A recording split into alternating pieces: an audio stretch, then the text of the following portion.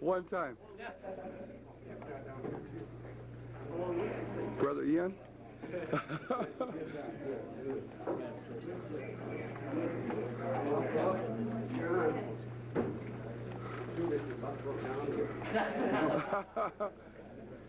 Fourth quarter? Thank you. Thank you, sir. The big thing was, once again, going into the season, we thought we had a good football team, but we had no depth at all, and get the line positions. And that was a place we stayed away from injuries. We had no injuries at the line positions all year long. Well, I guess we had one injury there all season long. We had 3 other injuries, and all of those injuries was at a position where we had somebody at that. So that was the reason I think that we had a good season.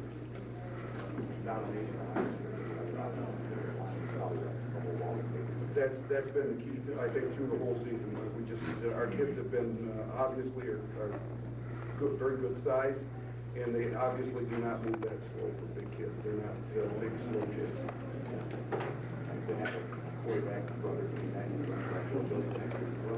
I'm not even worried about next year.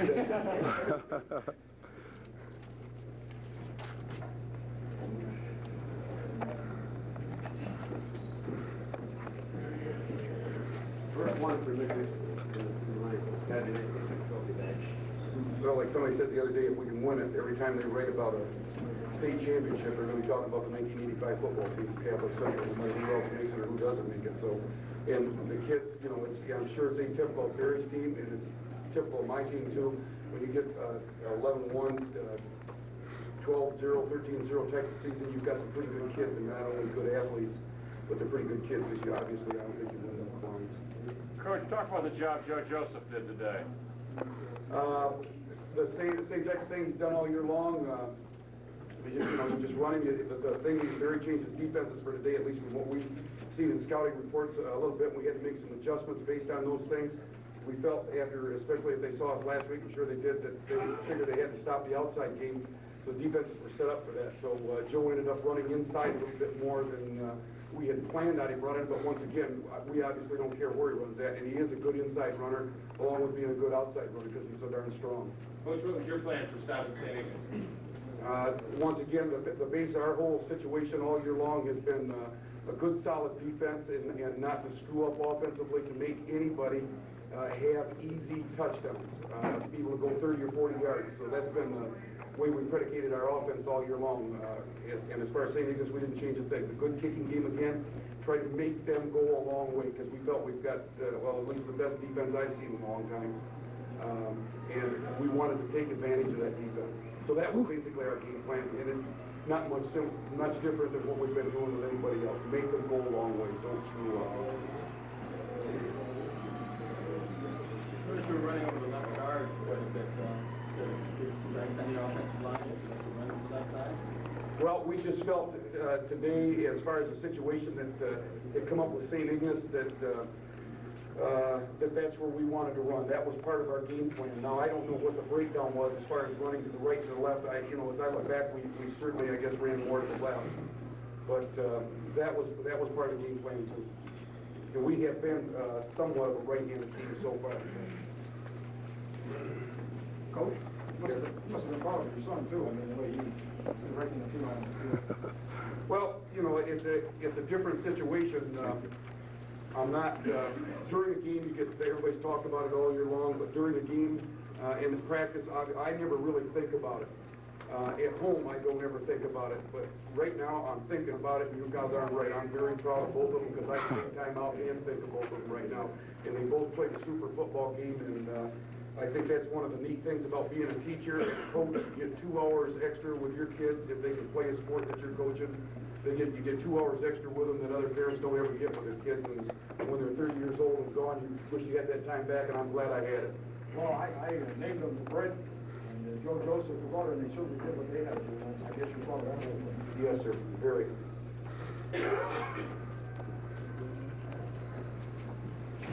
Coach, you had 4 interceptions today. Is that because of something that you guys did, or something that you forced them to do?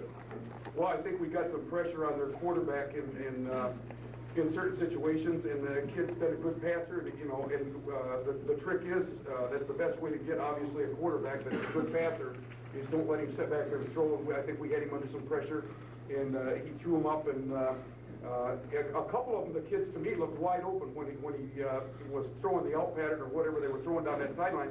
And Greg Proctor just came out of no place. He just didn't get fooled on it. Number 27, Greg Proctor. And he just came right up through and cut both of them off. Our press box even said that both those kids were wide open. So obviously what the quarterback saw was good. Greg just didn't get duped out of position and came up through and was able to pick the pass off. Coach Pearson, you prepared for a big game, and you played a big game. Is that basically what went wrong, or just a big portion?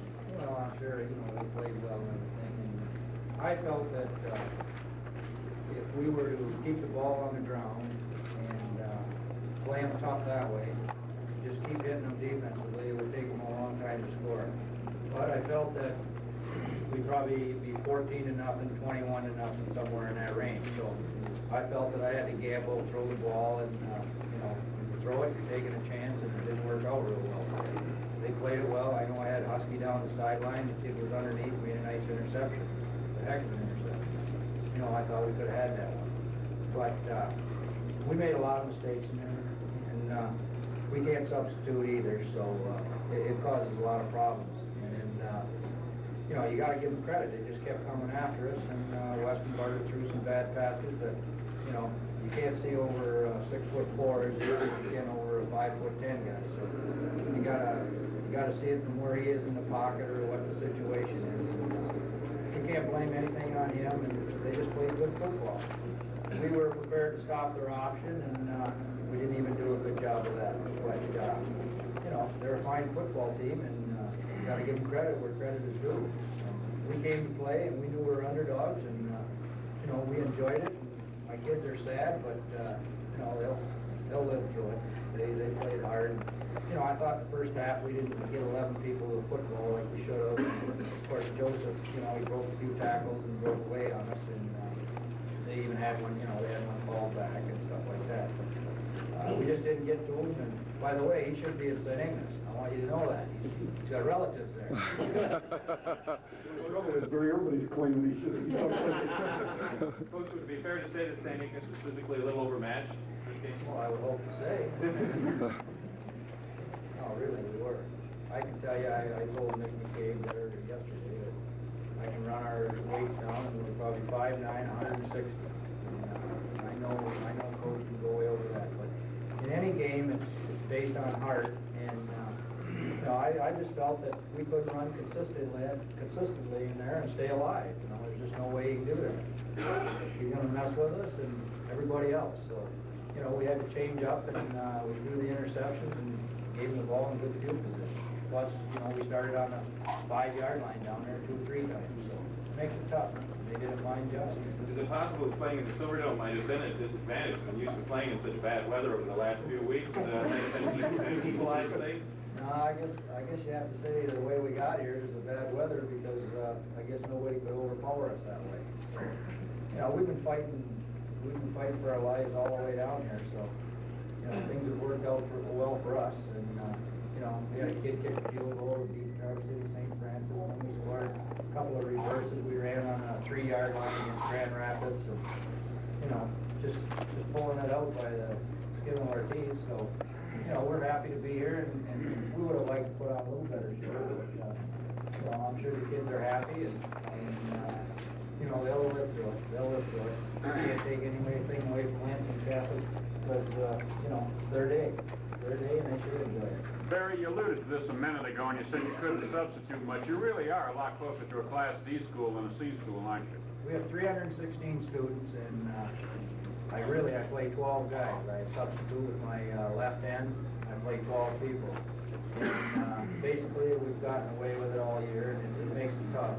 And you know, when you're small and you don't have many subs, it's basically been our offense. You know, a lot of trickery, but they can stay at home and muscle us around, and it makes it a lot easier. Plus, you know, even when we ran a sweep, I ran a quick pitch, and they were all over. So you got to have team speed to do that, and they did a fine job. Top two, that's the question. Last week, you guys were before Catholic School beating anybody.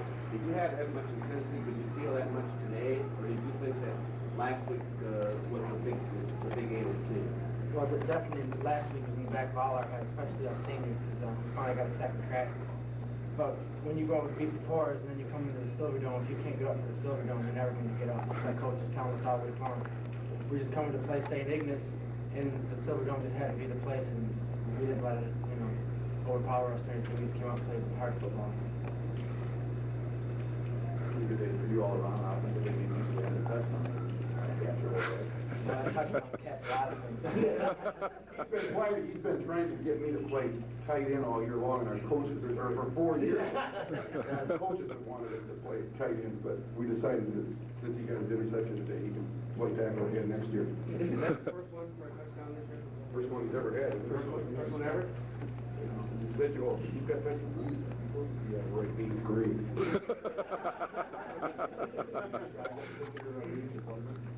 Well, I saw him roll out. There's two receivers out there, and the quarterback was getting chased by everybody. And I don't know, he kind of just threw it, and it wasn't a very good pass. It was kind of end over end. It was easy to get my hands on it. I don't know.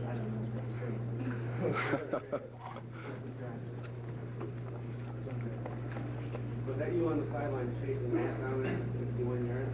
Well, I'll tell you, I'm the only one who got hurt today. I just got a muscle cramp in my leg or something like that. Oh, I couldn't believe it. It was set still the whole ball game. Coach Pearson, your team's been described as a team of heart. We don't have the size. I think they knew they met their match going into the halftime. Well, that's pretty hard. I was pretty hard on him because I feel even when you get outmatched, if you hit like a madman and play as hard as you can possibly play, then you really haven't lost. The other team was better. And I just felt that the first half we didn't hit as hard as we should have, and we came out and just kept hitting in the second half. I don't know if we hit any harder or anything, but we got more people in football, and I was a little more pleased. But, you gotta, I gotta give them credit. They're small. Heck, they're all smaller than me, and I'm really small.